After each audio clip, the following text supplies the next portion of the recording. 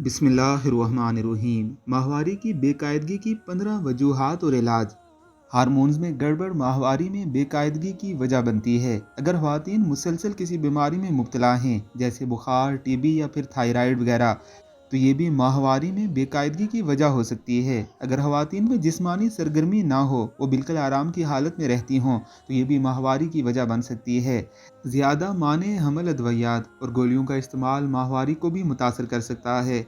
ज़रूरत से ज़्यादा ज़हनी दबाव और तनाव का शिकार रहने की वजह से ख़वातीन में माहवारी के मसाइल पैदा हो सकते हैं। PCOS का शिकार ख़वातीन भी माहवारी की बेकायदगी का शिकार हो सकती हैं। माहवारी में बेकायदगी की सूरत में ख़वातीन और बच्चियों को चाहिए कि फ़ौरी किसी अच्छे मुआलिज से रजू करें। माहवारी के मसाइल दूर करने के लिए घरेलू तरीके। माहवारी की बेकायदगी का शिकार ख़वातीन को अपनी रोज़मर्रा ज़िंदगी में योगा, वर्जिश और जिस्मानी सरगर्मियों को लाजमी शामिल करना चाहिए। अगर आप किसी भी किस्म के खेल में हिस्सा लें और रोज़ाना खेलें, तो इससे भी जिस्मानी खिंचाव और तनाव दूर होता है। साथ ही माहवारी के मसाइल दूर होते हैं।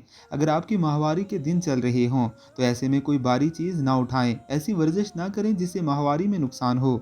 माहवारी की बेकायदगी को दूर करने के लिए अदरक का कहवा बनाकर पिया जा सकता है। अदरक और दालचीनी का कहवा बनाकर पीने से माहवारी की बेकायदगी दूर होगी।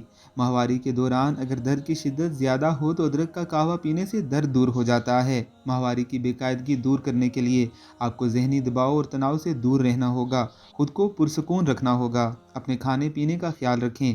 अच्छी और सेहत बख्श ग़िज़ाओं का इस्तेमाल करें। अगर ये घरेलू तरीके आजमाने के बाद भी माहवारी की बेकायदगी और मसाइल दूर ना हों, तो फौरी डॉक्टर से रजू करें, क्योंकि माहवारी की बेकायदगी हमल में भी मसाइल पैदा कर सकती है।